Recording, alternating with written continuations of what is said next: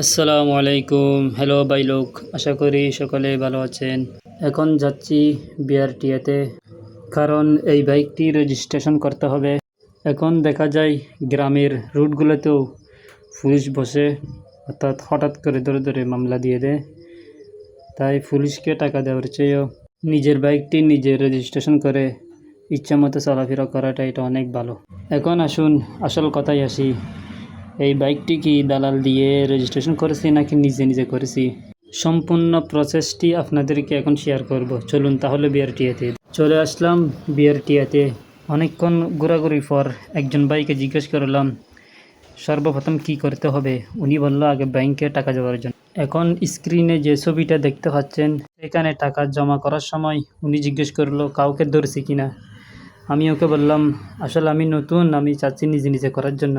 তারপর ওনার থেকে জিজ্ঞেস করলাম এখন আমার কি করতে হবে। উনি বলল রেজিস্ট্রেশন অফিসে যাওয়ার জন্য। তারপর আরেকজন ভাই থেকে জিজ্ঞেস করলাম রেজিস্ট্রেশন অফিস কোথায়।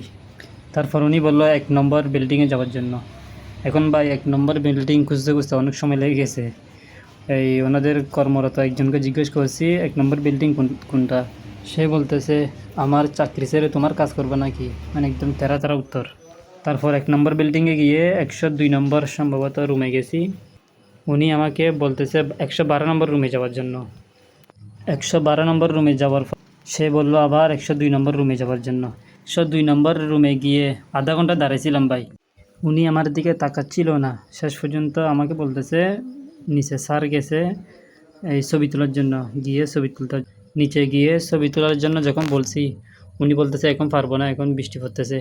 তারপর ভাই ওনার সামনে আধা ঘন্টা ঘোরাঘুরি করার পর উনি বলতেছে কি নিচে গিয়ে মানে গাড়ি নিয়ে থাকার জন্য।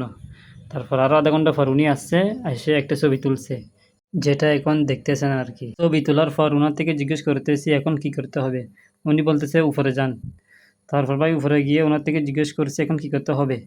উনি বলতেছে ভাই অনলাইন কফি আনার জন্য। এখন অনলাইন কফির জন্য শোরুমে কল দিছি। শোরুম বলতেছে কি, শোরুম থেকে বলতেছে আপনার ফাইল নেওয়ার কারণে আপনার সাথে আমার সাথে আর কোনো কি নাই, সম্পর্ক নেই।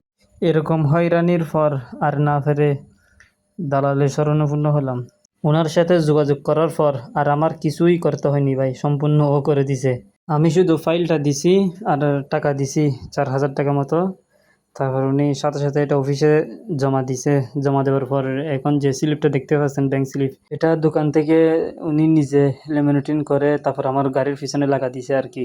তারপর ভদ্রলোকটি বলল মানে বুধবার বা বৃহস্পতিবারের মধ্যে আমার গাড়ির নাম্বার পেয়ে যাবো আর কি। একদিন পর সেখানে গিয়ে আমার ওই গাড়ির রেজিস্ট্রেশন পেপারটা নিয়ে নিই এবং ট্যাক্স টোকেনটাও সাথে সাথে পেয়ে যায় আর কি, আর কোনো সমস্যা হয় নাই। তারপর বলল মেসেজ আসবে, মেসেজ যেদিন আসবে তখন আর কি ফিঙ্গারপ্রিন্ট দেওয়ার জন্য যাওয়ার জন্য, সেটি বললো আর কি। চলো ভাই ইউটিউবে ভিডিও দেখে একা একই বাইক রেজিস্ট্রেশন করার কথা, সেরকম ভিডিও দেখে ভাই চেষ্টা করলাম আর কি কিছু টাকা বাঁচানোর জন্য। কিন্তু এখানে গিয়ে যে অবস্থা ভাই, মানে আমি যে একটা মানুষ আমার দিকে তারা তাকাইও না, কথাও বলে না। তার চেয়েও শেষ পর্যন্ত 2-1 জনের সাথে কথা বলে যা বুঝতে পারলাম, তারা বলতেছে কি মানে মানুষ ধরার জন্য তাদের লোক ধরে কাজটা করাইলে ভালো হবে, না হয় মানে আমার কাজটা মানে কি সম্পূর্ণ হবে না আর কি, আটকে থাকবে।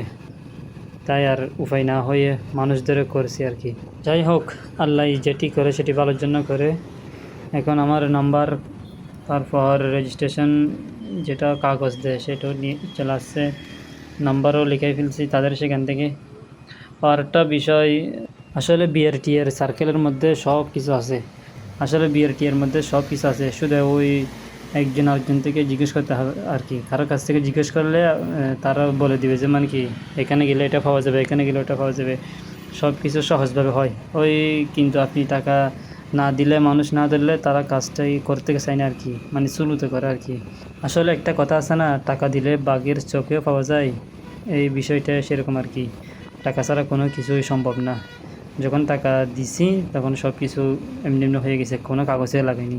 শুধু ওই শোরুম ফেলটা এটা লাগবে, এটা ছাড়া কিন্তু হবে না।